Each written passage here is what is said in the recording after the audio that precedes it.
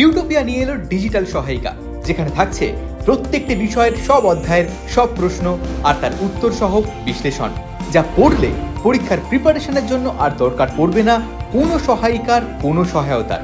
তাই মানে বইয়ের আর কোনো মানে নেই।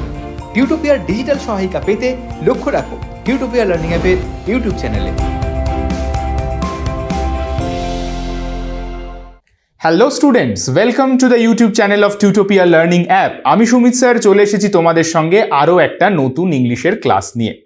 তো as you all have noticed that I am covering all of the chapters one by one. ঠিক আছে, তো আজকে তোমাদের জন্য যে চ্যাপ্টারটা আমি নিয়ে এসেছি সেটা হচ্ছে passing away of Bapu of class 10, অর্থাৎ তোমাদের চ্যাপ্টার নাম্বার 3। এইবার এই চ্যাপ্টারটা থেকে যত রকমের এমসিকিউ হতে পারে, যত রকমের এসএকিউ হতে পারে, ফিল ইন দ্য ব্ল্যাঙ্কস হতে পারে, কোয়েশ্চেন আনসার হতে পারে, তোমাদের টেক্সচুয়াল গ্রামার হতে পারে, along with your text book exercise, আমি সমস্তটা কিছু কভার করব। সেই সাথে এক্সট্রা কিছু কোয়েশ্চেন আনসারও তোমাদের জন্য আমি নিয়ে এসেছি। তো এত কিছু কোয়েশ্চেন আনসার সলভ করানোর পর না তোমাদের এর বাইরে থেকে পরীক্ষায় কিছু পড়তে হবে, না তোমাদের এর বাইরে থেকে এক্সামে কিছু কোয়েশ্চেন আসবে। তাহলে কি বুঝলে যে মানে বইয়ের এখন আর কোনো প্রয়োজন নেই, কোনো সহায়িকার সহায়তাও তোমার দরকার নেই। টিউটোপিয়ার ইউটিউবের এই ভিডিওগুলো তোমার পরীক্ষাতে 90% অ্যাবভ মার্কস এনে দিতে একদম হেল্পফুল হবে। তাহলে ক্লাসটা শুরু করার আগে আরেকটা কথা বলি যে আমি ধরে নিচ্ছি এই চ্যাপ্টারটা তোমরা অলরেডি সবাই পড়ে ফেলেছো। সেটা স্কুলে হতে পারে, বাড়ির প্রাইভেট টিউটারের কাছে হতে পারে, বা যেখানেই হোক না কেন পড়ে ফেলেছো। আর যদি এখনো এমন কেউ থেকে থাকো যে চ্যাপ্টারটা পড়োনি, তাহলে তাদের কাছে আমি একটা ছোট্ট রিকোয়েস্ট করব, তোমরা প্লে স্টোরে যাও, টিউটোপিয়া অ্যাপটা ডাউনলোড করো এবং সেখানে দেখবে এই যে চ্যাপ্টারগুলো খুব সুন্দর সুন্দর ভিডিওগ্রাফিক্সের মাধ্যমে অ্যানালিসিস করে দেওয়া হয়েছে, সেগুলো যদি একবার দেখে নাও, তোমাদের আর চ্যাপ্টারটা বুঝতে কোনো প্রবলেমই থাকবে না। তাহলে সেইভাবে দেখে হোক বা চ্যাপ্টারটা কোনো না কোনোভাবে পড়ে হোক, তারপর কিন্তু আমার এই ক্লাসটা দেখো, কারণ এটা তো একটা কোয়েশ্চেন আনসার ডিসকাশনের ক্লাস, না হলে তোমরা কিন্তু একদম বুঝতেই পারবে না। তাহলে চলো আমরা উইদাউট মাচ ডিলে ক্লাসটা শুরু করি। আর একটা জিনিস তোমরা নোটিস করেছো, যেটা হচ্ছে আমি এই ভিডিওটার নিচে একটা ছোট্ট টাইম স্ট্যাম্প অ্যাড করে দিয়েছি। টাইম স্ট্যাম্প আর কিছুই না, একটা ভার্চুয়াল সূচিপত্র। পরীক্ষার আগে তোমাদের যখন যেই সেকশনটা দরকার হবে, অ্যাক্টিভিটি 1 বা অ্যাক্টিভিটি 2, অ্যাক্টিভিটি 3 যা হোক দরকার হবে, তোমরা জাস্ট সেই জায়গাটাতে ক্লিক করলে তোমরা জায়গাটা কিন্তু দেখে নিতে পারবে, অর্থাৎ তোমাদের পুরো ভিডিওটা দেখার দরকার হবে না। তবে আমি এটাও বলছি যে ক্লাসটা কিন্তু প্রথমবার সবাই পুরোটা দেখো, না হলে কিন্তু বুঝতে পারবে না। আর এক্সামের আগে ছোট ছোট করে রিভাইজ করে নাও। তাহলে চলো আমরা আমাদের শুরু করি। আজকের দেখো ফার্স্ট কোয়েশ্চেন তোমাদের টেক্সট বইয়ে যেটা রয়েছে, choose the correct alternatives to complete the following sentence, অর্থাৎ এমসিকিউ কোয়েশ্চেন। চলো দেখা যাক ফার্স্ট কোয়েশ্চেন কি রয়েছে। দেখো ফার্স্ট কোয়েশ্চেন রয়েছে আমাদের, Gandhiji had been shot on his way to. গান্ধীজিকে কোথায় গুলি করা হয়েছিল, তাই তো? Gandhiji has been shot on his way to, কোথায় গান্ধীজিকে গুলি করা হয়েছিল? তাহলে দেখো অপশন এ বলছে the Birla house, option B বলছে মানে অন হিজ ওয়ে টু মানে হচ্ছে এই যে অন হিজ ওয়ে টু, এই জায়গাটার মানে হচ্ছে কোথায় যাওয়ার পথে, মানে কিসের পথে যেতে যেতে গান্ধীজিকে গুলি করা হয়েছিল। তো at the Birla house, the authors house, a prayer meeting or a family gathering, বলো তো কি হবে? তো আমরা সবাই জানি এটা একদম টেক্সটের একদম মানে ফার্স্ট প্যারাগ্রাফে কিন্তু এই আনসারটা আমাদের ছিল যে Gandhiji had been shot on his way to a prayer meeting, অর্থাৎ option C is the right answer. ঠিক আছে, চলো নেক্সট কোয়েশ্চেনটা দেখি। নেক্সট কোয়েশ্চেন বলছে the author came to know of Gandhiji's death.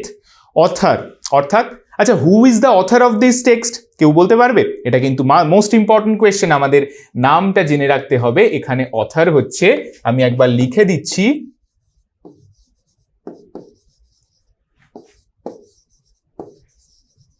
নয়নতারা সেহগল। ঠিক আছে, এখানে অথার কিন্তু নয়নতারা সেহগল, এটা কিন্তু মাথায় রাখবে।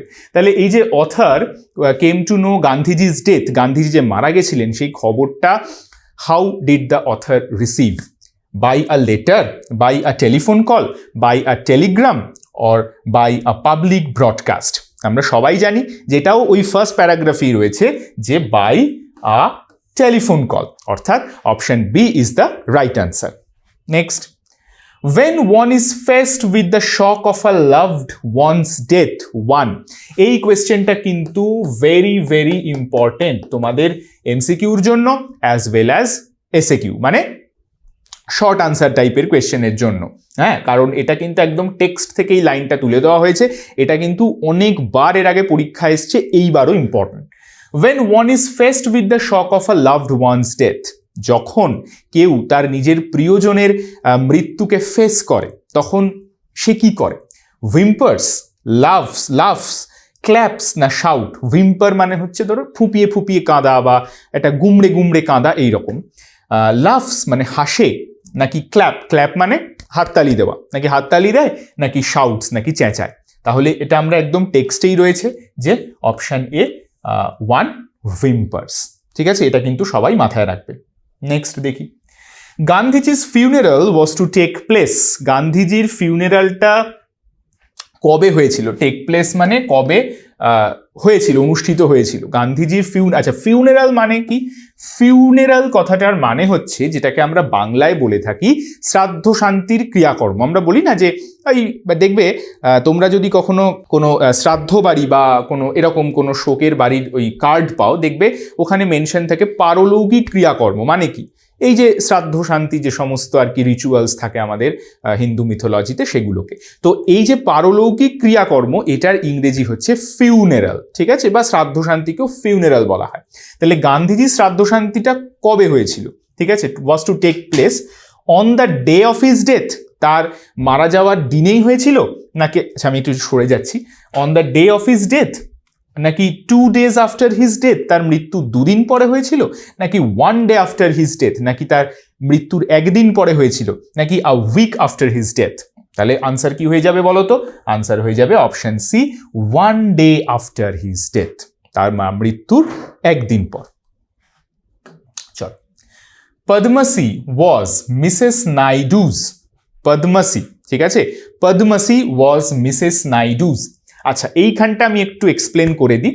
আচ্ছা, এই ক্যারেক্টার মানে দেখো, এই যে স্টোরিটা, এটা পুরোটাই তো একটা হিস্টোরিক্যাল, মানে এটাকে স্টোরি বলা যায় না, ইট মে বি কল্ড আ মেমোয়ার। ঠিক আছে, তোমরা নিশ্চয়ই জানো যে এই টেক্সটটাকে নেওয়া হয়েছে নয়নতারা সেহগলের একটা বিখ্যাত বই থেকে, যার নাম হচ্ছে প্রিজন অ্যান্ড চকলেট কেক।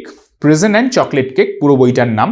এটাও তোমাদের এমসিকিউতে আছে, আমি জাস্ট বলে দিলাম, ইনফরমেশনটা দিয়ে দিলাম। Prison and chocolate cake. তো এই যে বইটাতে না, আমরা গান্ধী নেহেরু ফ্যামিলির অনেক লোকেদের আমরা নাম পাই। ঠিক আছে, যেমন মানে নেহেরুর নাম পাই, গান্ধীর নাম পাই, নয়নতারা সেহগল। আচ্ছা, আরেকটা ব্যাপার হচ্ছে যে নয়নতারা সেহগল কিন্তু one of the relatives of mister Nehru, অর্থাৎ জওহরলাল নেহেরু। ঠিক আছে, মানে নেহেরু ফ্যামিলিরই কিন্তু বলা চলে আমাদের ইয়েকে, নয়নতারা সেহগলকে। তো এইখানে দেখো আর দুজনের নাম আছে, পদ্মশ্রী আর মিসেস নাইডু। এই পদ্মশ্রী হচ্ছে পদ্মজা নাইডু। পদ্মজা আমি আর লিখছি না, পদ্মজা নাইডুর নিশ্চয়ই তোমরা নাম শুনেছো।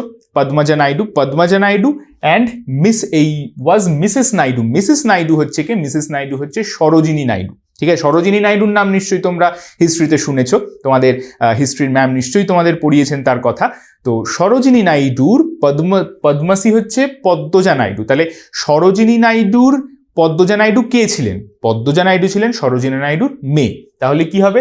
পদ্মশ্রী ওয়াজ মিসেস নাইডুস, কি হবে? অপশন ডি, অর্থাৎ ডটার। ঠিক আছে, এটা কিন্তু শুধুমাত্র এই টেক্সটের জন্য না, এটা তোমরা একটা জেনারেল নলেজ হিসেবে মাথায় রাখো। ঠিক আছে, being a citizen of India, কারণ এটা আমাদের একটা কর্তব্য যে তাদের যে সমস্ত বড় বড় আমাদের যারা লিডাররা ছিলেন আমাদের দেশে, তাদের এই জিনিসগুলোকে মাথায় রাখা। তো জেনারেল নলেজ। চল, while walking Bapu used to carry in his hand। এটা তো আমরা সবাই জানি যে হাঁটার সময় বাপু মানে কে? বাপু মানে হচ্ছে মিস্টার গান্ধী, মহাত্মা গান্ধী। তো মহাত্মা গান্ধী হাতে কি নিয়ে হাঁটতেন? সবাই জানি লাঠি। তাহলে লাঠি অপশনটা কোথায় আছে? ফ্ল্যাগ, পতাকা না। স্টাফ, আমব্রেলা, কেন। আচ্ছা, এখানে বলে রাখি স্টাফ মানে কিন্তু ওই লাঠি। তাহলে এখানে আনসারটা কি হয়ে যাবে বলো তো? স্টাফ, কারণ এই স্টাফ ওয়ার্ডটা তোমাদের টেক্সটেই রয়েছে, যেটা নয়নতারা সেহগল। আচ্ছা, আমি যখন এটা একটু আউটসাইড নলেজ, যেটা হচ্ছে নয়নতারা সেহগলের কথা যখন আমরা বলছিলামই, ওই পদ্মশ্রীর কথা যখন বলছিলাম যে পদ্মজা নাইডু সরোজিনী নাইডুর মেয়ে, তোমরা এটাও জেনে রাখো যে নয়নতারা সেহগাল কে ছিলেন। নয়নতারা সেহগাল ছিলেন বিজয়লক্ষ্মী পণ্ডিতের মেয়ে। মানে বিজয়লক্ষ্মী পণ্ডিতের 3 মেয়ে ছিল, তার মধ্যে একজন মেয়ে হচ্ছেন তোমার এই নয়নতারা সেহগাল। নয়নতারা আর বিজয়লক্ষ্মী পণ্ডিত ছিলেন পণ্ডিত জওহরলাল নেহেরুর বোন। তার মানে জওহরলাল নেহেরু ছিলেন নয়নতারা সেহগালের মামা, তাই তো? তাহলে বোঝা গেল তো সম্পর্কটা। চলো 7, গান্ধীজি's ashes were taken to। গান্ধীজির অ্যাশেস মানে গান্ধীজির যে অস্থি, যে ছাই, যেটা ওই পাত্রে করে দেয় না মানুষ মারা যাওয়ার পর, যেটা গঙ্গায় বিসর্জন দিয়ে দিতে হয়, তো সেই গান্ধীজি's ashes were taken to কোথায় নিয়ে যাওয়া হয়েছিল যে গান্ধীজির মানে অস্থিটাকে? আহমেদাবাদ, এলাহাবাদ, দিল্লি আর বেনারস। আমরা জানি কি এলাহাবাদে, কারণ এলাহাবাদেই বয়ে চলেছে পবিত্র গঙ্গা, সেখানে ইমার্শনের জন্য। A huge crowd had gathered by the, a huge crowd, একটা বিশাল বড় ভিড় কোথায় গ্যাদার করেছিল? বাই দা মানে কিসের ধারে? কিসের ধারে গ্যাদার করেছিল? এইগুলো কিন্তু বুঝতে হবে যে কিসের ধারে বলতে চাইছি। গ্যাঞ্জেস মানে গঙ্গা, যমুনা, ব্রহ্মপুত্রা নাকি নর্মদা? তাহলে কি হবে বলো তো? অপশন এ হয়ে যাবে কারেক্ট আনসার, গ্যাঞ্জেস, কারণ এলাহাবাদে গঙ্গা রয়েছে। চলো, Gandhiji awakened people to one another's. Gandhiji awakened people. Gandhiji মানুষকে জাগিয়ে তুলেছিল।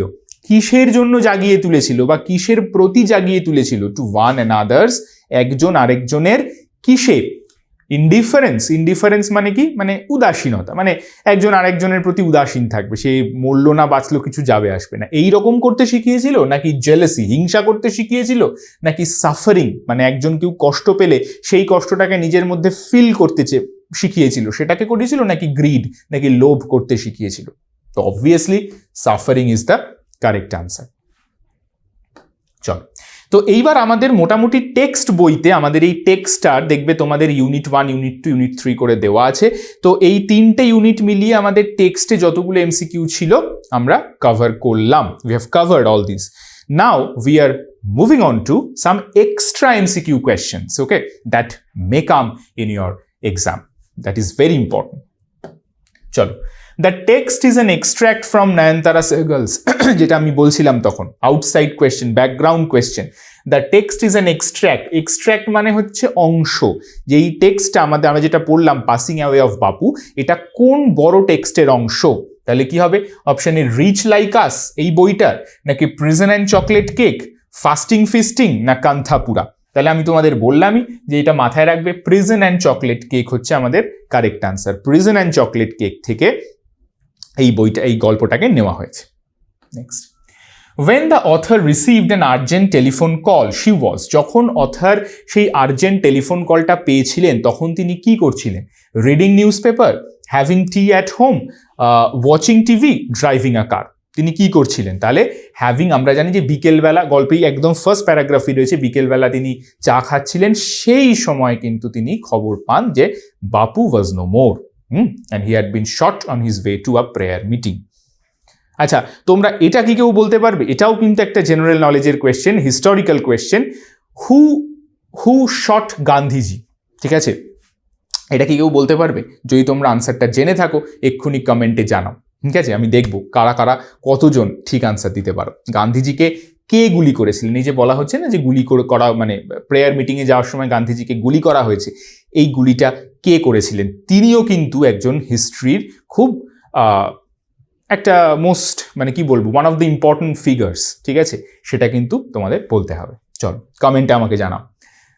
Telephone call, she was reading newspaper, having tea at home, watching TV, driving a car. তাহলে কি হয়ে যাবে? অপশন বি হয়ে যাবে correct answer, having tea at home. চল, Nayantara Sahgal was called to, Nayantara সেহগালকে কোথায় ডাকা হয়েছিল, কোথায় আসতে? Option A Tata house, option B Birla house, option C parliament house, option D circuit house. তাহলে আমরা কোথায় যা বলবো?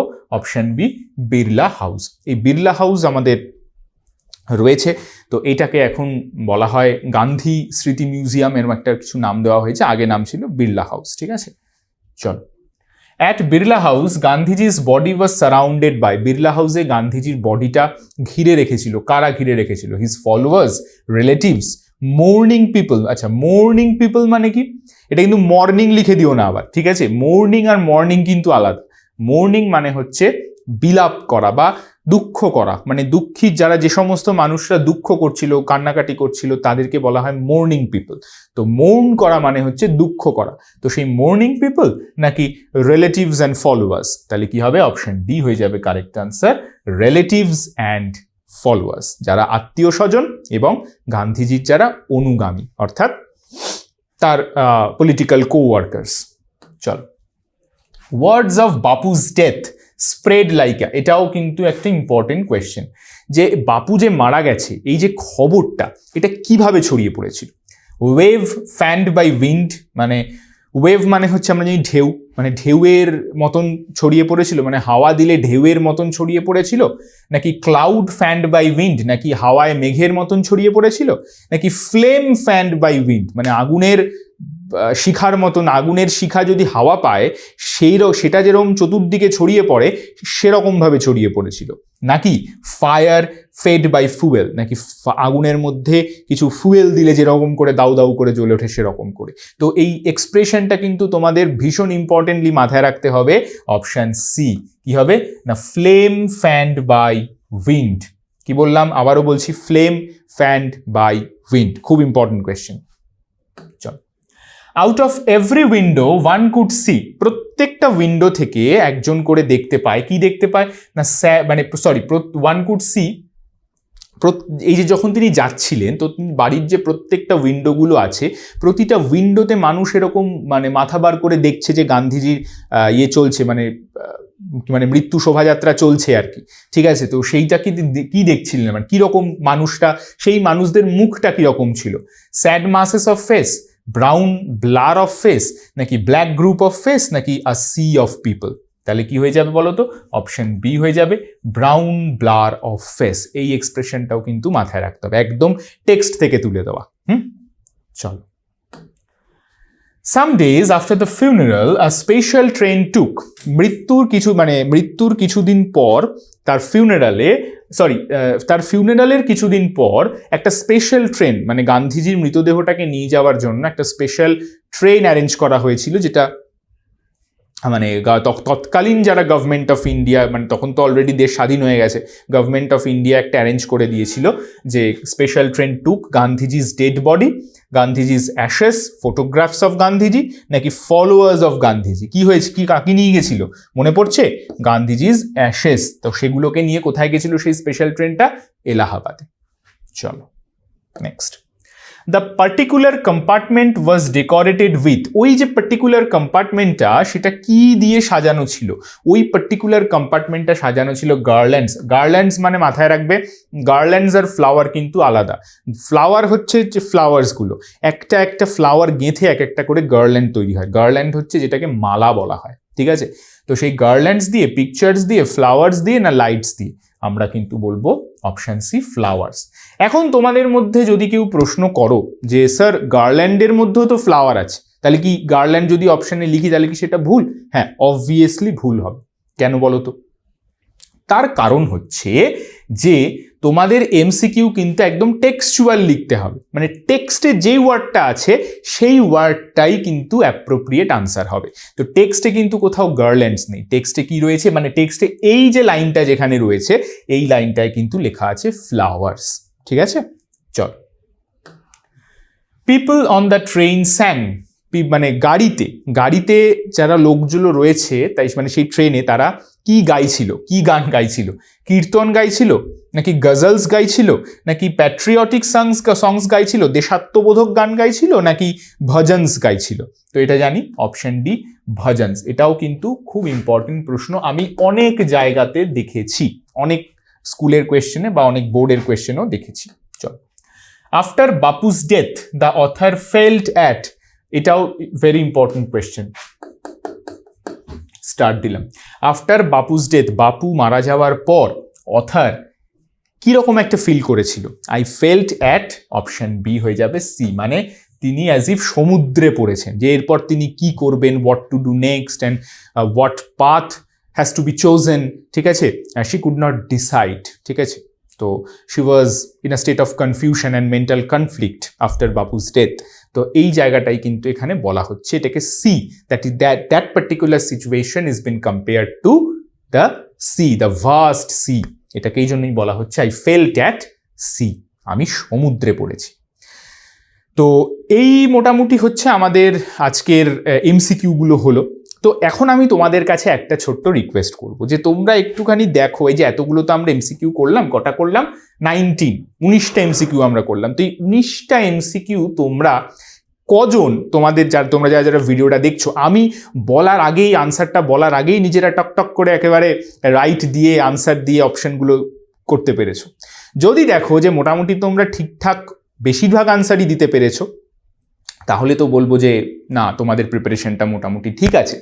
আর যদি কেউ এরকম হয়ে থাকে যে না, আমি বলার আগে না, স্যারের বলার জন্য ওয়েট করছি, তারপর আনসার দিচ্ছি, এখনও কয়েকটা জায়গায় প্রবলেম হচ্ছে, তাহলে কিন্তু বুঝতে হবে যে তোমাদের প্রিপারেশনে একটু হলেও কিন্তু খামতি থেকে যাচ্ছে। আর এই প্রিপারেশনে খামতি দূর করার জন্য আমাদের পড়াশুনো তো করতেই হবে, কিন্তু সেই সাথে একটা প্রপার স্টাডি ফ্লো বা স্টাডি রুটিন মেনটেন করে পড়াশুনো করতে হবে। আচ্ছা, এই যে একটা প্রপার স্টাডি ফ্লো এর কথা বললাম, কেমন হওয়া উচিত সেই প্রপার স্টাডি ফ্লো, চলো একটু দেখে নিই। ক্লাস 10-এর স্টুডেন্টসদের জন্য টিউটোপিয়া নিয়ে এলো মেগা স্টাডি প্যাক। পরীক্ষায় দুর্দান্ত রেজাল্ট করতে গেলে যা হতে পারে তোমার নিশ্চিত সাফল্যের সহায়ক। পরীক্ষায় ভালো রেজাল্ট করতে গেলে প্রিপারেশন হতে হবে একেবারে সলিড, আর তার জন্য অনুসরণ করতে হবে যথাযথ স্টাডি ফ্লো। চলো এক ঝলকে দেখে নেওয়া যায় কি হওয়া উচিত তোমার স্টাডি ফ্লো, অর্থাৎ তুমি কিভাবে পড়লে সেই পড়াটা আর কখনো ভুলবে না, আর পরীক্ষায় ভালো নম্বরও পাবে। পড়ার ক্ষেত্রে প্রথমে দরকার কনসেপ্ট, অর্থাৎ বিষয় সম্পর্কে স্বচ্ছ ধারণা। প্রত্যেকটা সাবজেক্টে প্রত্যেকটা চ্যাপ্টার কারোর থেকে বুঝে নেওয়া, তারপর সেই বিষয় রিলেটেড প্রত্যেকটা ডাউটকে ক্লিয়ার করা। এরপরে তৃতীয় ধাপ, সেই চ্যাপ্টারটার উপর সংক্ষেপে একটা ব্রিফ নোট পড়া, এবং চতুর্থ ধাপ হলো সেই চ্যাপ্টারের সম্ভাব্য প্রশ্নোত্তরগুলোকে পড়ে ফেলা, যার উপর নির্ভর করবে তোমার পরীক্ষার সাফল্য। এরপর তোমার প্রস্তুতি কত দূর, তার জন্য তোমাকে দিতে হবে চ্যাপ্টার ওয়াইজ মক টেস্ট। তবে শুধুমাত্র টেস্ট দিলেই কিন্তু হবে না, বিশেষজ্ঞ কোনো শিক্ষককে দিয়ে সেই উত্তরপত্র চেক করিয়ে বুঝে নিতে হবে কোথায় কোথায় খামতি রয়েছে। যদি টেস্টের ফল ভালো হয়, তবে বুঝতে হবে তোমার প্রস্তুতি কমপ্লিট। এবার তুমি পরের অধ্যায়ে যেতে পারো। আর ফল খারাপ হলে এই পুরো প্রক্রিয়াটা আরও একবার রিভাইজ করতে হবে। তবে বলে রাখি, তোমার এই প্রস্তুতির ক্ষেত্রে তোমার সাহায্য করতে পারে পশ্চিমবঙ্গ বোর্ডের বাংলা মাধ্যমে ছাত্রছাত্রীদের পড়াশোনার জন্য একমাত্র অ্যাপ টিউটোপিয়া। এই পুরো স্টাডি ফ্লোর জন্য টিউটোপিয়াই হলো অল ইন ওয়ান সলিউশন। কিভাবে? Step 1, concept video.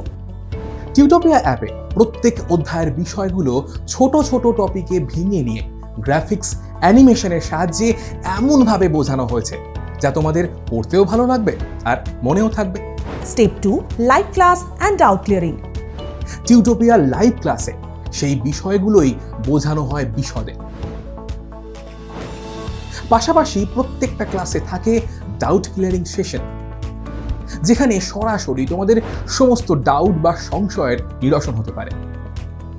Step 3, brief notes. নোটসের জন্য টিউটোপিয়ায় তোমরা পাবে স্মার্ট নোটস, যেখানে সংক্ষেপে টু দি পয়েন্টে অধ্যায়ের ব্রিফ নোট তো করাই রয়েছে। Step 4, question and answer. আমাদের অ্যাপের নোটসে প্রশ্নোত্তরের আলোচনা তো থাকছেই, সেই সঙ্গে একটা অধ্যায়ের সব রকমের প্রশ্নোত্তরের জন্য এখন তোমাদের কাছে থাকছে ইউটিউবের এই ক্লাসগুলো, অর্থাৎ টিউটোপিয়া ডিজিটাল সহায়িকা। Step 5, mock test. টেস্ট দেওয়ার জন্য টিউটোপিয়া থাকছে প্রত্যেকটা বিষয়ের অধ্যায় ভিত্তিক mock test. Step 6, answer sheet checking and model answer. উত্তরপত্রের ছবি তুলে আমাদের কাছে পাঠিয়ে দিলে বিশেষজ্ঞ শিক্ষক খাতা দেখে তোমায় জানিয়ে দেবেন তোমার পরীক্ষার মার্কস এবং তাদের পরামর্শ। সেই সঙ্গে তোমরা পেয়ে যাবে মডেল উত্তরপত্র, যা দেখে তোমরা বুঝতে পারবে কিভাবে লিখতে হয় কোনো একটা প্রশ্নের আদর্শ উত্তর। তাহলে হলো কিনা তোমার পারফেক্ট স্টাডি ফ্লো এর অল ইন ওয়ান সলিউশন? আর এই সব কিছু নিয়েই ক্লাস 10-এর ছাত্রছাত্রীদের জন্য টিউটোপিয়ার এই মেগা স্টাডি প্যাক। বিশদে জানতে ফোন করো এই নাম্বারে। তাহলে দেখলে তো একটা সুন্দর প্রপার স্টাডি ফ্লো মেনটেন করে পড়াশুনো করলে তোমার প্রিপারেশনটা কোন লেভেল অবধি পৌঁছতে পারে, আর পরীক্ষায় নাম্বার অটোমেটিক চলে আসবে, আমাকে বলতে হবে না। তাহলে চলো আমরা আর ডিলে না করে আমাদের নেক্সট পোর্শনে চলে যাব। চলো কি বলছে দেখো, এটাও তোমাদের টেক্সট বুক এক্সারসাইজ থেকেই নেওয়া হয়েছে। Feel in the chart with information from the text, মানে চার্ট ফিল করতে হবে টেক্সট থেকে ইনফরমেশন নিয়ে। চল দেখো কি কি ইনফরমেশন আমাদের বলেছে। Date on which Gandhiji was shot dead, এটাও কিন্তু ভীষণ ইম্পর্টেন্ট, এই ডেটটা তোমাদের মাথায় রাখতে হবে। কোন ডেট না, 30th জানুয়ারি 1948, 1948-এর 30th জানুয়ারি, ঠিক আছে, গান্ধীজিকে কিন্তু গান্ধীজি মারা যান, ঠিক আছে। Place where Gandhiji breathed his last, কোন জায়গাতে গান্ধীজি তার শেষ নিঃশ্বাস ত্যাগ করেন, Birla house. Information given by the broadcast, ব্রডকাস্টে কি ইনফরমেশন দিয়েছিল, ব্রডকাস্টে ইনফরমেশন দিয়েছিল Gandhiji was shot dead on his way to a prayer meeting. দেখো একটা কথা বলি, তোমাদের না একটুখানি নিজেদেরকে একটু ক্রিয়েটিভ হতে হবে। তোমাদের বইতে যেটা আনসার আছে যে ব্রডকাস্টে বলছে দেয়ার বাপু ওয়াজ নো মোর, কিন্তু আমি সেভাবে না লিখে আমি একটু অন্যভাবে লিখলাম যে Gandhiji was shot dead on his way to a prayer meeting, এটাই ব্রডকাস্টে বলা হচ্ছে। তো এইভাবে যদি সুন্দর করে আমরা লিখি আমাদের মার্কসটাও কিন্তু অন্য 5 জন স্টুডেন্টের থেকে একটু বেটার হবে, ঠিক আছে, এটা কিন্তু তোমরা মাথায় রাখবে। চলো আর আবার টেক্সট বুক এক্সারসাইজ আছে, state whether the statements are true false আছে। এবার আমাদের বলেছে কি ট্রু ফলস করতে হবে, and provide supporting sentences, phrases, words in support of your answer. আচ্ছা এখানে আমি প্রতিটা ক্লাসেই বলি, আবারও বলছি, হয়তো তোমরা আমার আগের ক্লাসেও শুনে থাকবো, ট্রু ফলসের সাপোর্টিং স্টেটমেন্ট কিন্তু তোমরা নিজেরা বানিয়ে দেবে না, টেক্সটে যেটা আছে একদম কোট আনকোট সেটাই তুলে দিতে হবে, ঠিক আছে, that is called supporting statement.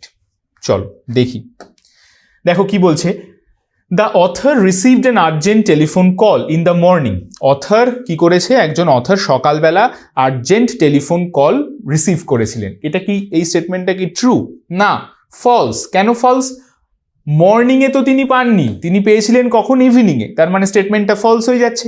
আর এটা সাপোর্টিং স্টেটমেন্টটা কি দেবো, দেখো টেক্সটের ফার্স্ট যে লাইনটা রয়েছে, আমি পুরো লাইনটা এখানে তুলিনি কারণ মাঝে অনেক ওয়ার্ডস আছে, আমি ডট ডট দিয়ে দিয়েছি, তোমরা তোমাদের বইতে এই পোর্শনটা কিন্তু মার্ক করে নাও, কোনটুকু, আই ওয়াজ হ্যাভিং টি থেকে শুরু করে আর্জেন্ট টেলিফোন অবধি, ঠিক আছে। তোমরা প্রত্যেকে টেক্সট বইটা খোলো, টেক্সট বইটা খুলে এইগুলো পেন্সিল দিয়ে ব্র্যাকেট করে মার্ক করে নাও, ঠিক আছে। চলো next question. People attempted to break into the Birla house, people একেবারে বিড়লা হাউসের দরজা ভেঙে ঢুকতে চেয়েছিল সেই সময় গান্ধীজি যখন মারা যায়, তাহলে এটা কি হবে, এটা কিন্তু ট্রু, কারণ সত্যিই তাই। তো আমরা সেটা দেখে নিই, দে জসেলড ওয়ান অ্যানাদার, জসেলড মানে ধাক্কাধাক্কি করছে, ঠিক আছে, they jostled one another in a stampede to break into the house, এই সাপোর্টিং স্টেটমেন্টটা কিন্তু হবে, তোমরা বইতে মার্ক করে রাখবে কিন্তু, বারবার বলছি। চলো, the news of Gandhiji's death did not shock the people, মানুষকে দুঃখ দেয়নি, কষ্ট দেয়নি, তাই কি, দিয়ে তো ছিল, মানে কি বলবো, মানে Gandhiji, the news of Gandhiji's death was so shocking that all the people felt at sea, not only Nayantara Sahgal, ঠিক আছে, all the people, they were so much confused, they were so much disturbed, okay, and they felt that they have lost their parent, ঠিক আছে, one of his parents. Gandhiji was that parental figure of the Indians. চলো তো কি দেখাচ্ছে, the news of Gandhiji's death did not shock the people, এটা false statement কি, sad groups of men and women had collected around Birla House, sad groups of men and women, they all were sad. চলো এইবার দেখি আমরা, complete the following sentences with information from the text, আবার ওই fill in the blanks টাইপের question আছে। Thousands of people wept trying to touch Bapu's feet, তারা কি করছিল, তারা বাপুর পা ছোঁয়ার জন্য চেষ্টা করছিল, ঠিক আছে। The author was among people for whom walking, author ছিল সেই সমস্ত মানুষদের মধ্যে একজন যার জন্য ওয়াকিংটা with Gandhiji had a special meaning, মানে অথারের কাছে এই যে গান্ধীজি মারা যাচ্ছেন, মানে তার ডেড বডির সঙ্গে হেঁটে হেঁটে চলা, এই যে ওয়াকিংটা, এটার কিন্তু একটা স্পেশাল মিনিং ছিল ফর অথার। ঠিক আছে, এইভাবে এটা কিন্তু তোমরা লিখে নাও আনসারগুলো। To walk is to make slow progress, এগুলো অ্যাকচুয়ালি প্রত্যেকটাই আমাদের টেক্সট থেকেই রয়েছে, বাট টেক্সট থেকে কতটুকু কি নিতে হবে সেটা হয়তো আমরা অনেকেই বুঝে উঠতে পারিনি, তার জন্য আমি তোমাদের আনসারগুলো এক্সপ্লেন করে দিলাম। ঠিক আছে, একবার ভালো করে দেখে নাও, পারলে স্ক্রিনশট তুলে নাও, আদারওয়াইজ খাতাতেও কপি করে নিতে পারো। পজ করে তোমরা ভিডিওটা দেখতে দেখতে পজ করে যে কোনো জায়গাতে আনসারগুলো খাতায় কপি করে নেবে। আবার দেখি, fill in the chart with information from the text। আচ্ছা, এইবারে আসছে একটা খুব ইম্পর্টেন্ট জায়গাতে, যেটা হচ্ছে আমাদের স্টেটমেন্ট রিজন। স্টেটমেন্ট রিজনটা কি বলছে, মানে ধরো এখানে একটা স্টেটমেন্ট দেওয়া থাকবে, এখানে তার রিজনটা বলতে হবে। আবার ধরো কোনোটার রিজন দেওয়া থাকলো, তোমাকে স্টেটমেন্টটা বলতে হবে। এই টাইপের কোয়েশ্চেন কিন্তু পরীক্ষাতে আসে, ভালো স্কুলগুলোতে তো অবশ্যই আসে, বাট এখন অনেক স্কুলগুলোতেও কিন্তু দেওয়া হয়। দেখো, ফার্স্টে আমাকে রিজনটা বলে দিচ্ছে, ফার্স্ট কোয়েশ্চেন, এটাও তোমাদের টেক্সটেই রয়েছে, টেক্সট বইয়ের কোয়েশ্চেনই রয়েছে। কি বলছে, thousands of people walked in the procession at, এখানে একটা স্পেস হবে, একটু দিয়ে নেবে, thousands of people walked in the procession at Gandhiji's funeral. তো রিজনটা বলছে যে থাউজেন্ডস অফ পিপল, হাজার হাজার লোক গান্ধীজির ফিউনারাল প্রসেশনে হেঁটেছিলেন। তো এই স্টেটমেন্টটা কি, it was impossible to move, মানে অথর বলছেন যে নড়াচড়ার জায়গা নেই, তার কারণটাই হচ্ছে কি thousands of people walked in the procession with Bapu's funeral. ঠিক আছে, আচ্ছা এইবার দেখা যাক কি বলছে।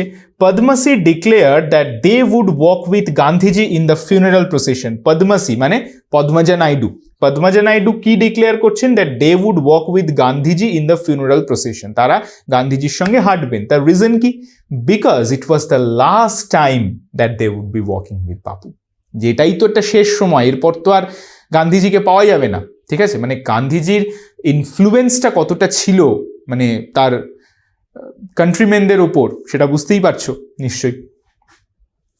To walk was often the only way open to average Indian.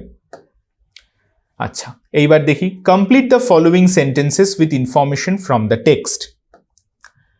People on the special train, people সেই যে স্পেশাল ট্রেন, স্যাং ভজন, কি করলো, ভজন গাইছিল। The author felt she had grown up within a magic circle, এগুলো সব বই থেকে নেওয়া হয়েছে, ম্যাজিক সার্কেলের মধ্যে তিনি বড় হয়েছেন। বাপু had passed away, but Bapu মারা গেছেন, but his India would continue to live in his children, তার যে আইডিয়া, তার যে কনসেপ্ট অফ নেশন, সেটা কিন্তু মানে গ্রো করবে তার ছেলে মেয়েদের মধ্যে, that would continue to live among his children, children means his countrymen, the followers of Gandhiji। ঠিক আছে, নেক্সট আবার বলছে কমপ্লিট দ্য ফলোয়িং স্টেটমেন্টস। তো এটা এখানে হচ্ছে কজ এফেক্ট। কজ এফেক্টে কি বলছে দেখো, এ কজ বলছে they could feel their Bapu's presence amid the flowers and the songs. তার এফেক্টটা কি, people did not weep more, people ট্রেনে আর কান্নাকাটি করছিল না, কারণ এই যে তারা কীর্তন গাইতে গাইতে যাচ্ছে, এই যে ফুল, এই যে সমস্ত কিছু, মানে একটা গান্ধীজির অ্যাশেজ রয়েছে, পবিত্র অ্যাশেজ রয়েছে তাদের কাছে, যার জন্য তারা কিন্তু গান্ধীজির অ্যাবসেন্সটাকে ফিল করতে পারছিল না। তারা সবসময় মনে করছিল যে গান্ধীজি আমাদের সঙ্গেই আছেন। তাহলে এটা হলো effect. The magic circle vanished, এটা হচ্ছে cause. The author was left unprotected amid the vast crowd, author কিন্তু মানে অথার মনে করছেন আমাকে কেউ প্রোটেকশন করার নেই, অ্যামিড দ্য ভাস্ট ক্রাউড, এই ভাস্ট ক্রাউডের মধ্যে। মানে ওই যে বললাম যে Gandhiji was a parental figure to his countrymen, to all the citizen of India, যে গান্ধীজি যখন মারা গেল তারা মনে করছে যে আমরা যেন মানে পিতৃমাতৃহারা হলাম, আমরা আনপ্রোটেক্টেড হলাম, আমাদের প্রোটেক্ট করার আর কেউ রইল না, সেরকম। The author broke down so much within herself after Gandhiji's death that she thought it would be a disgrace to his soul.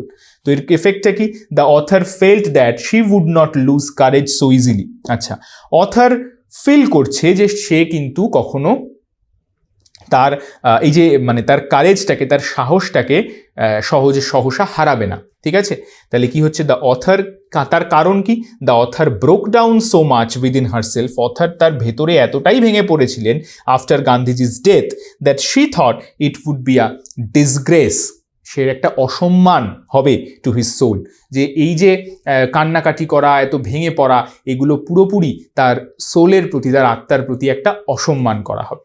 ঠিক আছে, আচ্ছা, এইবার আমরা শেষ করলাম মোটামুটি আমাদের টেক্সচুয়াল পোর্শনটা বা লিটারেচারের পোর্শনটা। Now we are moving on to the grammar in use. Okay, grammar in use মানে ইয়োর টেক্সচুয়াল গ্রামার। চলো দেখে নি কি কি বলছে এই চ্যাপ্টারটা থেকে। এই পার্টিকুলার চ্যাপ্টারটা থেকে কিন্তু আমাদের টেক্সচুয়াল গ্রামার অনেকগুলো রয়েছে, চলো দেখে নি একবার। আচ্ছা, ইনস্ট্রাকশনটা কি? Join the following pairs of sentence into single sentences as directed. এই যে ফলোয়িং পেয়ার্স অফ সেন্টেন্সগুলো রয়েছে এগুলোকে একটা সিঙ্গল সেন্টেন্সে করতে হবে, মানে জয়নিং। সোজা কথা এটা হচ্ছে জয়নিং অফ সেন্টেন্সেস। তোমরা নিশ্চয়ই জয়নিং পড়েছো গ্রামারে, তোমাদের স্কুলে করানো হয়েছে জয়নিং, তারপর ট্রান্সফরমেশন, এগুলো নিশ্চয়ই করানো হয়েছে। তো এই জয়নিং এখানে করতে হবে। কি বলছে দেখো, I saw a snake I ran away, use participle. তো এটাকে পার্টিসিপল দিয়ে ফিল আপ করতে হবে, ঠিক আছে? পার্টিসিপল দিয়ে ফিল আপ করতে হবে। তাহলে পার্টিসিপল দিয়ে জয়েন করার, সরি ফিল আপ না, পার্টিসিপল দিয়ে জয়েন করার রুলটা কি? দেখো দুটোই এখানে পাস্ট টেন্স আছে, দুটো মেন ভার্বই এখানে পাস্ট রয়েছে। তাহলে দুটো মেন ভার্বই যদি এখানে পাস্ট থাকে তাহলে ফার্স্ট যে অ্যাকশনটা হয়েছে সেই মানে সটাও একটা অ্যাকশন, র্যানটাও একটা অ্যাকশন, তাই তো? এটাও একটা কাজ, এটাও একটা কাজ। তাহলে যে এই দুটো কাজের মধ্যে যেই কাজটা আগে হবে সেই ভার্বটার সাথে আইএনজি অ্যাড হয়ে বাকিটা যেরম ছিল সেরম বসবে। তাহলে আই স আ স্নেকটা কি হয়ে যাবে? সিইং আ স্নেক, ঠিক আছে? তাহলে এটা কি হচ্ছে দেখো, সি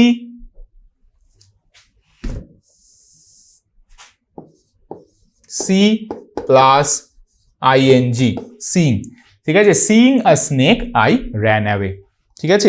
এইটা কিন্তু আমাদের পার্টিসিপল দিয়ে জয়েনিং করার রুল, যে দুটো অ্যাকশনের মধ্যে যে অ্যাকশনটা আগে হচ্ছে সেই অ্যাকশনটা আইএনজি ফর্মে অ্যাড হয়ে, হ্যাঁ, তারপরেরটা সেকেন্ড পোর্শনটা যেরকম সেম আছে সেরকম সেমই বসে যাবে, মাঝখানে খালি একটা কমা হবে।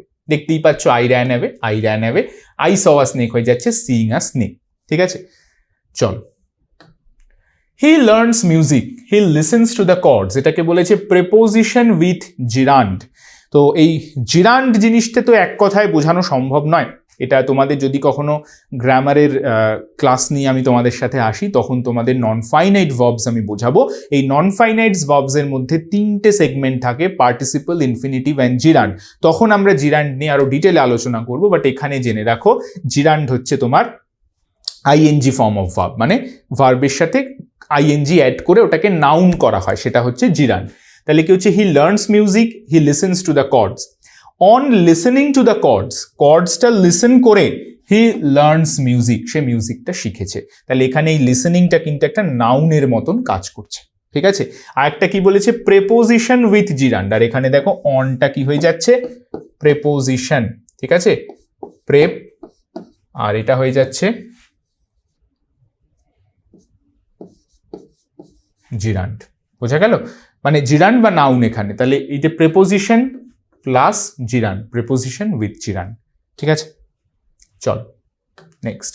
Gold is a precious metal, it is use to make ornaments. Gold হচ্ছে একটা প্রেশাস মেটাল, মানে খুব মূল্যবান একটা মেটাল, ঠিক আছে? It is use to make ornaments, এটাকে তৈরি মানে অর্নামেন্টস করার কাজে এটাকে লাগানো হয় আর কি। Use noun in apposition. আচ্ছা, নাউন ইন অ্যাপোজিশন এটাও আমি ছোট্ট করে বোঝাচ্ছি। নাউন ইন অ্যাপোজিশন মানে ধরো যে নাউনটা রয়েছে তারপর কমা দিয়ে তার যে ডেসক্রিপশনটা, মানে ডেসক্রিপশন বলাটা ঠিক, মানে এই যে ধরো এই যে ফ্রেজটা রয়েছে আ প্রেশাস মেটাল, এই ফ্রেজটাকে নাউনের পাশে অ্যাড করে দেওয়া, সেটাকে বলা হয় অ্যাপোজিশন, ঠিক আছে? মনে করো এই যে gold is a precious metal, it is used, এখানে কি ছিল, gold is a precious metal. আমি আনসারটা কি লিখলাম দেখো, তাহলেই তোমরা বুঝতে পারবে।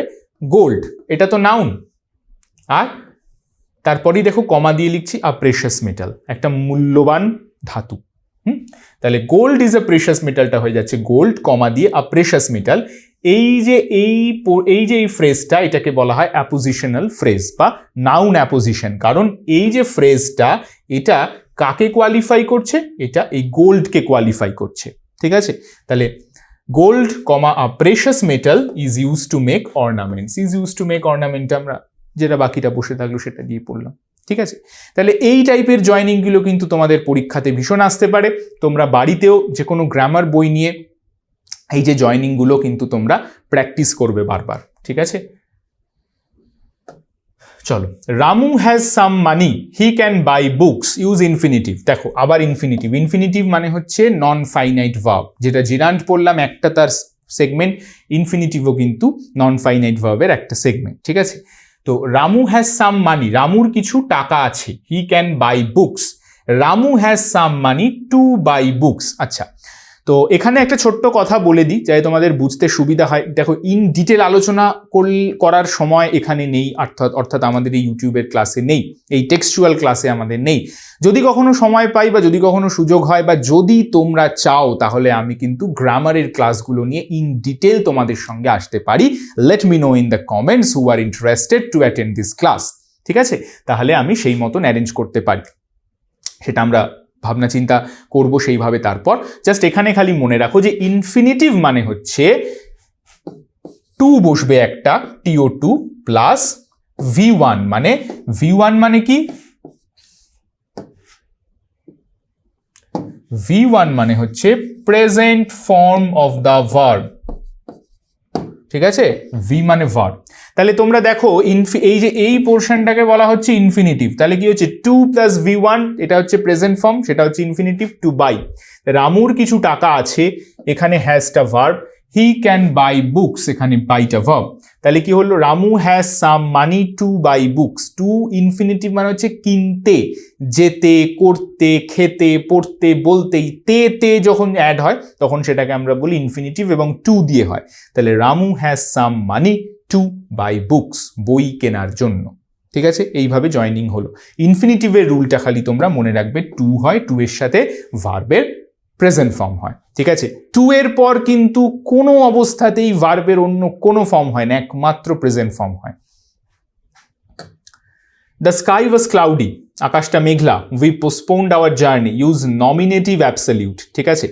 নমিনেটিভ অ্যাবসলিউট মানে হচ্ছে, নমিনেটিভ অ্যাবসলিউট দেখো, দ্য স্কাই ওয়াজ ক্লাউডি, তাই তো, দ্য স্কাই ক্লাউডি, এখানে একটা কমা হবে, the sky cloudy, we postponed our journey. এই যে এইখানে ফার্স্টে যে বি ভার্বটা ছিল না, নমিনেটিভ অ্যাবসলিউটে ওটা উঠে যায়, বি ভার্বটা উঠে গিয়ে কি হবে, the sky cloudy, the sky comma cloudy, এটার মানেই আমরা কিন্তু বুঝে যাই যে the sky was cloudy, the sky comma cloudy, we postponed our journey. চলো, the boy wrote the answer was incorrect, সেটা আনসারটা লিখেছিল, আনসারটা ইনকারেক্ট। অ্যাডভার্বিয়াল ফ্রেজ বলেছে, অ্যাডভার্বিয়াল ফ্রেজ আমরা জানি যে ly দিয়ে জেনারেলি হয়, অ্যাডভার্ব অফ ম্যানার। তাহলে এটা কি হবে, the boy wrote the answer incorrectly, the answer was incorrect, এই পুরোটা উঠে গিয়ে কি হয়ে যাবে, ইনকারেক্টলি। তাহলে আমাদের জয়নিংটা হয়ে গেল অ্যাডভার্বিয়াল ফ্রেজ দিয়ে। Join the following pairs of sentences into single sentences as directed. আবার সেই সিঙ্গল সেন্টেন্স দেখা যাক। The old man is unwell, he cannot go out. Use relative conjunction, ঠিক আছে। ইলেটিভ কনজাংশন মানে হচ্ছে এই দেখো ফর দিয়ে জয়েন করতে হবে। কি বলছে, the old man is unwell, ও মানে বৃদ্ধ লোকটা অসুস্থ, হি ক্যানট গো আউট, সে বাইরে যেতে পারবে না। দ্য ওল্ড ম্যান, তখন আমরা কি করব, দেখো এখানে এই ইলেটিভ কনজাংশন হচ্ছে বিষয়টা আর কিছুই না, কার্যকারণ সম্পর্ক বোঝায়, যে কেন ওল্ড ম্যানটা বাইরে যেতে পারবে না, তার কারণ হচ্ছে সে অসুস্থ। তাহলে কারণটা জেনারেলি আমরা পরে দিই, তাহলে কারণ যদি আমরা পরে দিই তাহলে তার ফলাফলটা আগে দিতে হবে, হি ক্যানট গো আউট। তাহলে এখানে একটা সেন্টেন্সের শুরুই তো আর প্রোনাউন দিয়ে হতে পারে না, তখন আমরা দ্য ওল্ড ম্যান আর হি তো সেম, তাই না। তাহলে দ্য ওল্ড ম্যানটা আমরা ফার্স্টে দিলাম, the old man cannot go out হলো, মানে এই পোর্শনটা আমরা আগে নিয়ে গেলাম, the old man cannot go out for, এখানে ফর মানে কিন্তু জন্য না, এখানে ফর মানে হচ্ছে because, for he is unwell. বুঝা গেল? চল, he is honest, he is humble. Use cumulative conjunction. Cumulative conjunction মানে ধরে রাখো, মানে এটা জানো খুব শর্টে, নট অনলি বাট অলসো, শুধুমাত্র এটা নয় এটাও, এই যে সেন্টেন্সটা আমরা বলে থাকি না, not only dot dot dot but also, not only but also দিয়ে জয়েনিং, এটা অনেক বই, অনেক গ্রামার বইতে এরকম ভাবেও লেখে। তাহলে এটা কি হবে, he is not only honest, সে শুধুমাত্র অনেস্টই নয়, বাট অলসো হাম্বল, কিন্তু আবার বিনয়ীও, মানে শুধুমাত্র সৎ তাই নয়, সে বিনয়ীও, একই সাথে। তো এটাকেই বলা হয় কিউমুলেটিভ কনজাংশন, বাট অলসো হাম্বল। আচ্ছা, সেকেন্ড এই পোর্শনটায় কিন্তু এই যে বি ভার্ব, এটা হবে না। বি ভার্ব একমাত্র প্রথমেই বসে যাবে। He is not only honest but also humble. Sonali cannot write poetry, she keeps on trying, use adversative conjunction. আচ্ছা, অ্যাডভার্স কথাটার মানে কি? অ্যাডভার্স কথাটার মানে হচ্ছে বিপরীতার্থক কিছু বোঝাতে, ঠিক আছে? যেমন দেখো এখানে বাট, তাহলে Sonali cannot write poetry but keeps on trying. Sonali কবিতা লিখতে পারে না, কিন্তু ও চেষ্টা করে যাচ্ছে, ঠিক আছে? তো এই যে কিন্তুটা হচ্ছে আমাদের কি হবে? Adversative conjunction. অ্যাডভার্সেটিভ মানে অ্যাডভার্স কথাটার মানে ওই জন্য আমি বললাম, মনে রাখো বিপরীত অর্থে, ঠিক আছে? তো সেটাই বোঝাচ্ছে যে but Sonali cannot write poetry but keeps on trying, কিন্তু চেষ্টা করে যাচ্ছে। Study hard, you will not pass, alternative conjunction. এই দেখো এটা নামের মানেই রয়েছে। অল্টারনেটিভ মানে যেটা আমার অল্টারনেটিভ, অর, ঠিক আছে? Do it or make it, এরকম টাইপের ব্যাপার। এটা করো অথবা এটা করো। Study hard or you will not pass the examination, মন দিয়ে পড়াশুনো করো, আদারওয়াইজ তুমি কিন্তু এক্সামে পাস করতে পারবে না। অর, ঠিক আছে? এটা মাথায় রাখবে, অর দিয়ে হয়। অনেক সময় অর হয়, আদারওয়াইজ হয়, এগুলো দিয়েও হয়। আসলে কি জানো তো, ইংলিশ গ্রামারটা একটা হচ্ছে vast sea of knowledge language. তো এই ছোট ছোট টেক্সচুয়াল গ্রামার আমি এখানে তোমাদের সুবিধার জন্য করে দিচ্ছি ঠিকই, কিন্তু এইগুলো কিন্তু আরও কোর থেকে তোমাদের জানতে হবে, শিখতে হবে, ঠিক আছে? তো সেই জন্য আমি বারবার বলছি যে গ্রামার কিন্তু তোমরা ভালো করে আলাদা করে অবশ্যই শিখবে, আর আমাদের এই ক্লাসগুলোও দেখতে থাকো, তোমাদের ভীষণ হেল্প হবে। চলো, এইবার বলছে যে into single sentences as directed. আচ্ছা, Rabindranath Tagore is a famous poet, এগুলো পুরোটাই জয়নিং রয়েছে। একবার Rabindranath Tagore is a famous poet, he won the Nobel prize. Rabindranath Tagore, আচ্ছা এইবার দেখো অ্যাডজেক্টিভ ক্লজ, ঠিক আছে? অ্যাডজেক্টিভ ক্লজ আমরা কি জানি? অ্যাডজেক্টিভ ক্লজ হচ্ছে কোনো, এই যে দেখো এটা মাথায় রাখবে, অ্যাডজেক্টিভ ক্লজটা একটা নাউনের পরে বসে সেই যে ফ্রেজটা, সেই যে ক্লজটা, সেই ক্লজটা নাউনকে মডিফাই করে। যেমন Rabindranath Tagore is a famous poet, he won the Nobel prize. তাহলে এটাকে আমরা এভাবে লিখতে পারি, Rabindranath Tagore who is a famous poet. এই যে হু ইজ আ ফেমাস পোয়েট, এই যে ক্লজটা, এটা কাকে কোয়ালিফাই করছে বলো তো? এই রবীন্দ্রনাথ টেগরকে, তাই না? Rabindranath Tagore who is a famous poet, তাহলে who is a famous poet, এই যে সাবঅর্ডিনেট ক্লজটা, এটা কাকে কোয়ালিফাই করছে? মানে কার সম্বন্ধে বলা হচ্ছে? না রবীন্দ্রনাথ টেগরের সম্বন্ধে বলা হচ্ছে। তাহলে রবীন্দ্রনাথ টেগরের সম্বন্ধে যদি একটা বলা হয় এরকম করে, তাহলে সেটা হয়ে যাবে অ্যাডজেক্টিভ ক্লজ, ঠিক আছে? এটা হয়ে যাবে কি? Adjective clause. এটা তোমরা প্র্যাকটিস করতে করতেই বুঝে যাবে যে অ্যাডজেক্টিভ ক্লজের কীরকম দেখতে হয়, কিভাবে জয়নিংটা হয়, এগুলো বুঝে যাবে। ওন দ্য নোবেল প্রাইজ, আর এখানে হু is a famous poet, on the Nobel prize, এই ওনটা কি? এই ওনটা রবীন্দ্রনাথ টেগরের পাশে বসবে। তোমরা নিশ্চয়ই ক্লজ শিখেছো, প্রিন্সিপাল ক্লজ, সাবঅর্ডিনেট ক্লজ। এই সেন্টেন্সটাতে who is a famous poet, এটা হয়ে যাচ্ছে কি? Subordinate clause. যদিও এটা বলেনি, আমি বলে দিচ্ছি। আর Rabindranath Tagore won the Nobel prize, এটা হয়ে যাবে পি ক্লজ, মানে প্রিন্সিপাল ক্লজ। প্রিন্সিপাল ক্লজ আর সাবঅর্ডিনেট ক্লজ। প্রিন্সিপাল ক্লজে ধরো একটা নাউন থাকবে, তার একটা ফাইনাইট ভার্ব থাকবে, কিন্তু এবং সেটা একটা সেপারেট সেন্টেন্স হিসেবেও বসতে পারবে। যেমন দেখো Rabindranath Tagore won the Nobel prize, এটা একটা ইটসেলফ সেন্টেন্সটার মিনিং আছে।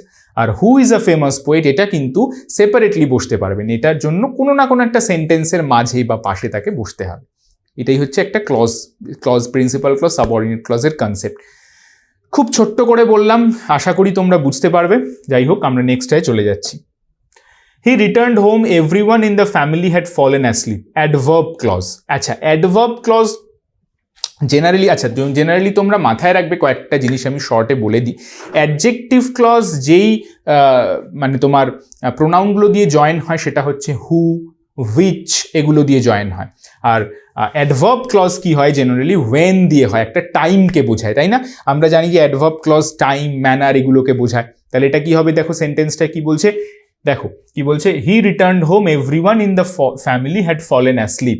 তাহলে everyone in the family had fallen asleep when he returned home. তাহলে এই যে ওয়েন হি রিটার্নড হোম, এই যে সাবঅর্ডিনেট ক্লজটা, এটা কাকে মানে বলো তো কাকে কোয়ালিফাই করছে? টাইমটাকে কোয়ালিফাই করছে, যে যখন সবাই ঘুমিয়ে পড়েছিল তখন সে এসেছিল, তাহলে একটা টাইমকে কোয়ালিফাই করছে, তাহলে এটা কি হয়ে যাচ্ছে? Adverb clause.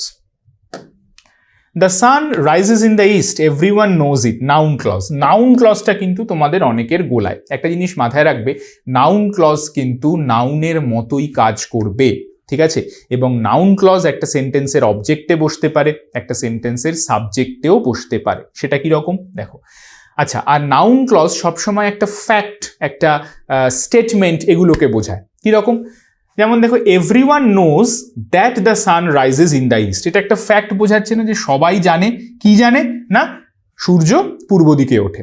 Everyone knows that the sun rises in the east, তাহলে এই যে এভরিওয়ান কি? এভরিওয়ান সাবজেক্ট, নোজ ভার্ব, আর এই যে পুরোটা হচ্ছে কি? একটা অবজেক্ট। আমরা যদি এটাকে এইভাবে দেখি, সাবজেক্ট ভার্ব অবজেক্টে ভেঙে নিই, তাহলে আমরা দেখব এই পুরোটা, এই নাউন ক্লজটা কিন্তু এই সেন্টেন্সের অবজেক্ট পোর্শনে বসছে, ঠিক আছে? তাহলে পুরোটা হচ্ছে আমাদের নাউন ক্লজ। আমরা কি জানি না? আমরা যে ফ্যাক্টটা জানি সেটা হচ্ছে the sun rises in the east.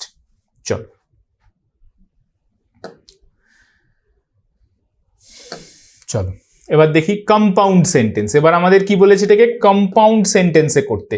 It rained hard, the roads wire not flooded.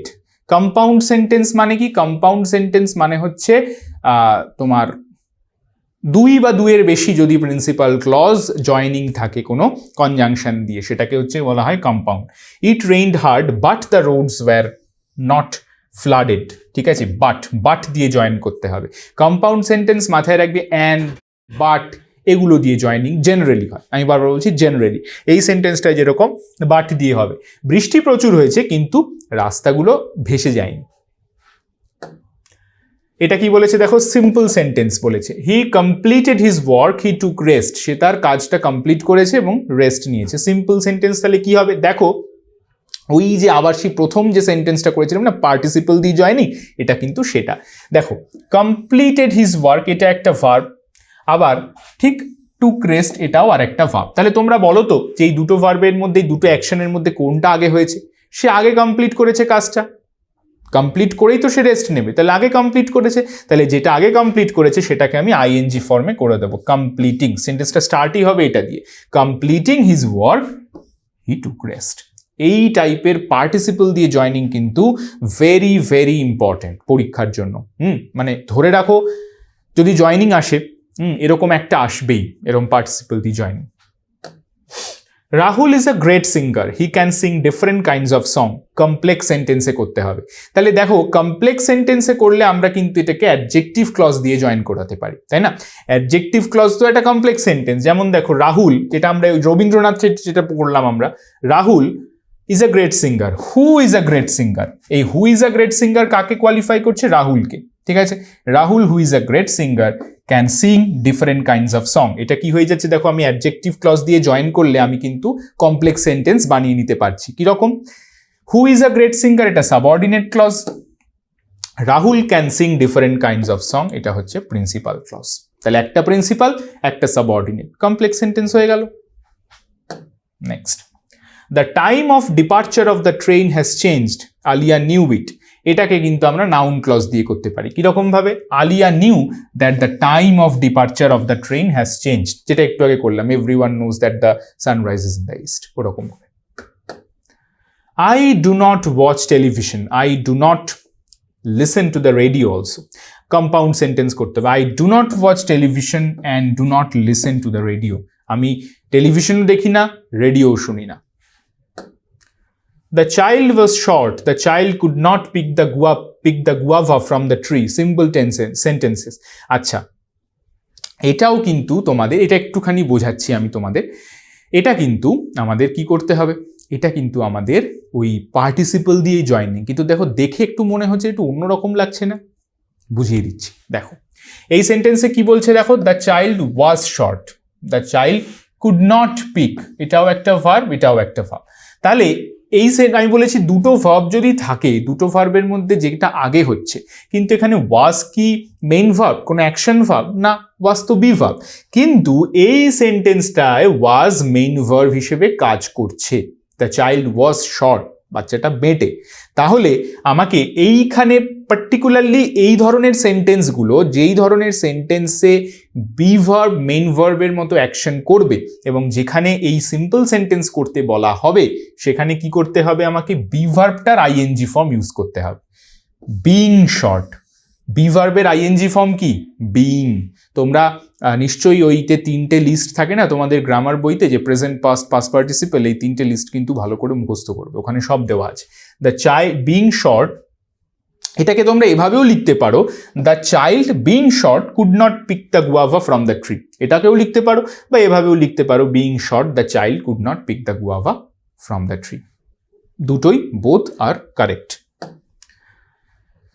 Split the following into 2 sentence. আচ্ছা, এটাই আমাদের মোটামুটি বোধহয় আজকের লাস্ট গ্রামার এক্সারসাইজ। আচ্ছা, স্প্লিটিং, স্প্লিটিং মানে কি গো? স্প্লিট মানে কি? স্প্লিট কথাটার মানে হচ্ছে ভাঙা, ভেঙে দেওয়া। তো এতক্ষণ আমরা জুড়ছিলাম, তাই না?